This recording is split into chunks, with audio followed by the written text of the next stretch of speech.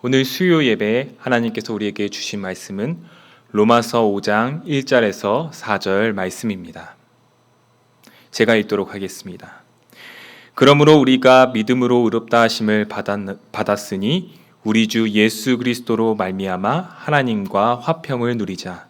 또한 그로 말미암아 우리가 믿음으로 서 있는 이 은혜에 들어감을 얻었으며 하나님의 영광을 바라고 즐거워하느니라. 다만 이뿐 아니라 우리가 환난 중에도 즐거워하나니 이는 환난은 인내를, 인내는 연단을, 연단은 소망을 이루는 줄 알미로다.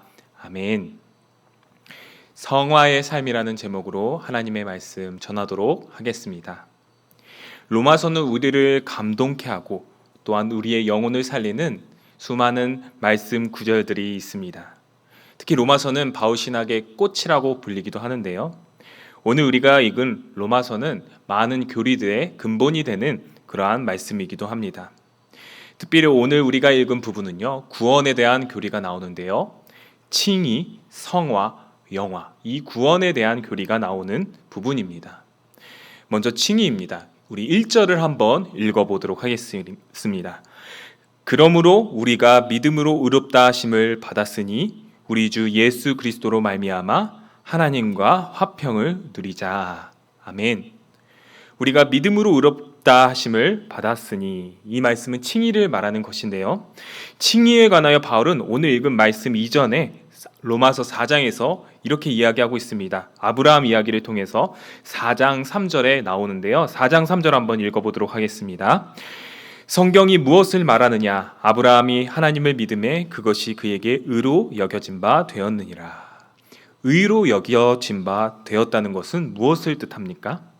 하나님께서 그를 옳다고 여기신 것이고 그가 하나님의 자녀로 합당하다는 것을 의미하는 것입니다. 구원받은 하나님의 백성으로 하나님께서 여기신다는 것이죠. 그러나 아브라함은 의롭다 할 만한 그러한 인물이 아니었습니다. 어떠한 의로운 행동도 한 것이 아니고 율법을 제대로 지킨 것도 아니고 또한 대를 이을 아들도 없는 상황이었습니다. 갈 바가 정해지지 않는 그러한 안타까운 상황 속에서 아브라함은 하나님을 믿고 자신의 인생을 하나님께 맡겼습니다. 그것이 하나님께서 의롭다 여기신 것이죠. 칭의는 우리가 예수님을 믿고 그분만을 바라보며 우리의 삶을 전적으로 맡길 때 하나님께서는 그러한 우리의 믿음을 보시고 의롭다고 여기시는 것이 바로 칭의라는 것입니다. 그러니 하나님이 의롭다 불러주시는 칭의를 우리는 입은 사람들입니다. 1절에서 나온 바와 같이 그러니까 우리는 화평을 누릴 수 있는 자라는 것이죠. 그 다음 영화입니다. 2절에 나타나는데요. 2절 한번 읽어보겠습니다.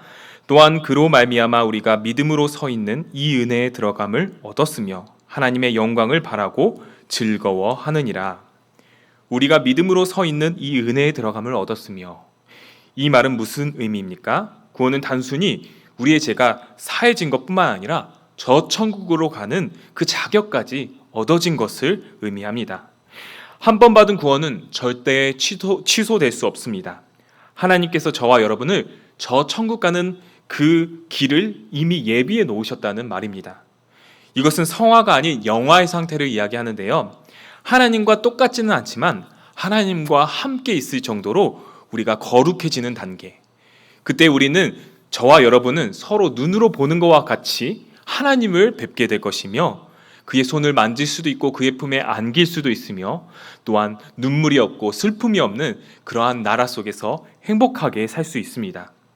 지금 우리는 영화의 상태를 경험할 수는 없지만 다만 성도는 그 영화의 상태를 바라보며 즐거워할 수 있다고 이야기하고 있습니다. 성화입니다. 다음은 성화입니다. 3절에서 4절 읽어보도록 하겠습니다.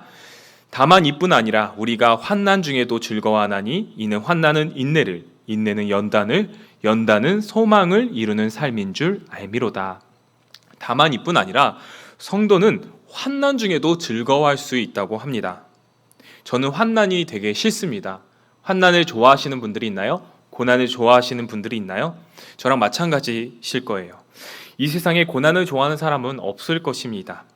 그러나 다만 바울은요, 환난 중에도 즐거워할 수 있다고 말하고 있어요. 바울이 그리스도인은 고난을 좋아해야 된다고 말하는 것이 아닙니다. 환난 중에도 즐거워할 수 있다는 그러한 말이죠. 환난 중에도 즐거워할 수 있는 이유가 있다는 것입니다. 그 이유는 바로 다음과 같이 환난은 인내를, 인내는 연단을, 연단은 소망을 이루는 삶을 만들어내기 때문이라고 설명하고 있습니다.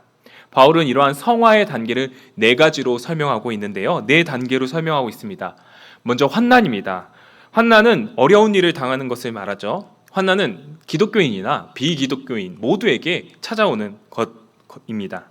그러나 차이점이 있다면 그리스도인은 환난을 통해 인내를 키워나갈 수 있다는 것이죠. 여기서 말하는 인내란 단순히 이렇게 참고 있는 것이 아닙니다. 원어에서는 견고히 하다라는 의미를 포함하고 있는데요. 인간은 자신이 감당할 수 없는 환난과 고난이 맞닥뜨렸을 때 처음에는 가슴이 철렁 내려앉습니다. 나에게 왜 이런 고난이 찾아왔는가? 내가 무엇을 잘못했는가? 그리고 세상 사람들은요, 이러한 고난이 찾아올 때 패배감에 휩싸이거나 아니면은 다음부터는 이러한 실패를 경험하지 말아야지, 고난을 경험하지 말아야지 대책을 마련합니다. 그러나 잠시 피할 뿐이고 다시 고난이 찾아오면 또 다른 어려움이 찾아오기 마련입니다. 그러나 예수님을 믿는 우리는 처음에 잠깐 낙심할 수도 있습니다. 그러나 결국 믿음과 신앙을 통해 그것을 극복해 나갈 수 있는 힘과 용기를 얻게 된다는 것이죠. 어떠한 고난이 와도 크게 흔들리지 않고 견고함을 유지하는 것, 그것이 성도가 만들어내는 인내입니다. 또한 인내는 연단을 만들어낸다고 사도 바울은 말하고 있습니다. 연단은 이제 환난을 단순히 견디는 것뿐만 아니라 그 일들을 통해 하나님께서 나를 인도하신다는 확실한 증거를 가지고 있다는 것을 말합니다. 땅 속에서 캐낸 금광석, 이것을 용광로에 넣으면 어떻게 됩니까? 불순물이 다 제거해지고 순수한 금만 남게 되죠. 연단이란 이와 같이 우리 인생 가운데 찾아오는 일련의 환난을 통해서 하나님께서 나의 신앙과 성품을 만들어 가시고 순수하게 만드시고, 그때는 힘들었지만 돌이켜보면 하나님께서 나의 삶을 인도하시고 나의 삶에 손길을 많이 베푸셨다는 것을 깨닫게 되는 수준을 말합니다. 또한 연단은 소망을 이룬다고 말하고 있습니다. 소망은 아까 영화의 상태를 바라보는 것 같이 이 땅 가운데 하나님의 나라가 이루어지는 것을 간절히 바라고 천국을 소망하는 삶을 말하는 것이죠. 저는 아직 연소해서 이 땅 가운데 해보고 싶은 게 너무 많습니다. 재밌는 것이 너무 많다고 생각이 들어요. 여러분은 어떠십니까? 세월이 지나면 이제 다 해봤으니까 재미없다 이렇게 생각이 드십니까? 아직도 세상에는 재밌는 게 많아요. 그렇다면 하나님께서 마련해 두신 저 천국은 어떠할 것 같습니까? 이 세상보다 더욱더 재밌고 행복한 일들이 많을 것입니다. 어떤 분들은요, 이러한 천국을 상상하는 것을 조심하고 그것을 하면 안 된다고 말하는 분들도 있는데요. 저는 어린아이와 같은 순수한 마음으로 천국을 소망하는 것은 되게 유익하다고 생각이 듭니다. 우리 하나님께서는 당신의 자녀들을 위하여 이 세상보다 더 큰 즐거움과 행복이 있는 세상을 준비해 놓으시지 않으셨겠습니까? 그 사실을 믿고 기대하는 우리가 되었으면 좋겠습니다. 연단은 이러한 하늘 소망을 두는 삶으로 성도를 이끈다는 사실입니다. 어떤 분들은 환난에 있을 수도 있습니다. 어떤 분들은 인내의 단계에 있을 수도 있습니다. 어떤 분들은 연단의 단계에 있을 수도 있고 어떤 분들은 소망의 단계에 있을 수도 있습니다. 하나님께서는요, 이 단계를 왔다 갔다 거리시게 하시는 것 같아요. 우리는 지금 성화의 삶을 살고 있습니다. 하나님께서는요, 당신의 자녀로 하여금 당신이 기뻐하시는 수준, 거룩한 수준에 이르기까지 이 성화의 삶을 반복해서 훈련하십니다. 하늘의 제왕이라고 불리는 독수리가 있죠. 독수리가 새끼를 훈련시킬 때, 이 비행을 훈련시킬 때 어떻게 시키는지 아십니까? 독수리의 둥지는 저 절벽 높은 곳에 있다고 합니다. 낭떠러지가 있는 곳에.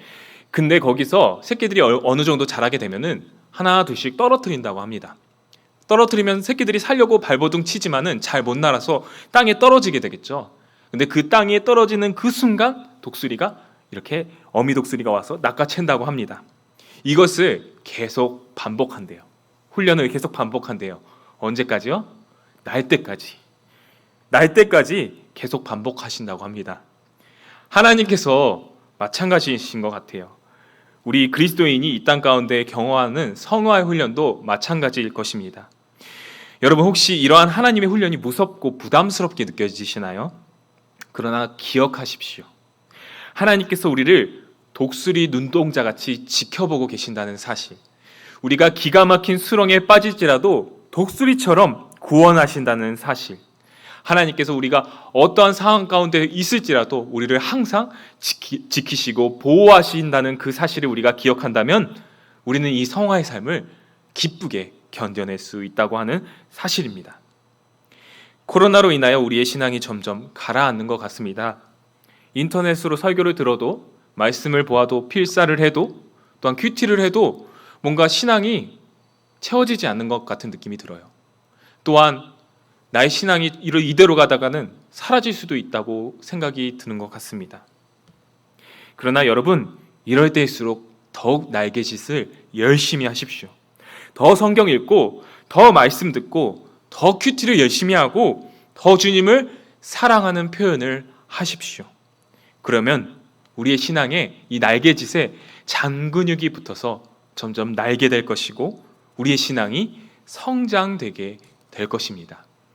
하나님께서는 이러한 성화의 삶을 우리에게 허락하신 것 같습니다. 환난은 인내를, 인내는 연단을, 연단은 소망을 이루는 이 하나님의 성화, 하나님의 정말 아름다운 훈련을 기쁘시게 받는 저와 우리 모든 연희 가족 성도님들 되시기를 주님의 이름으로 소망합니다. 다 같이 기도하시겠습니다. 하나님, 우리의 삶이 비록 힘들지라도, 신앙생활을 하기가 너무 힘든 환경 가운데 있을지라도 이 모든 것이 주님께서 우리를 훈련시키는 과정, 성화의 과정임을 오늘 말씀을 통해서 배웠습니다. 어제나 오늘이나 내일이나 언제나 우리 주님께서는 항상 우리를 독수리 눈동자와 같이 지켜보고 계시고 우리를 인도하십니다.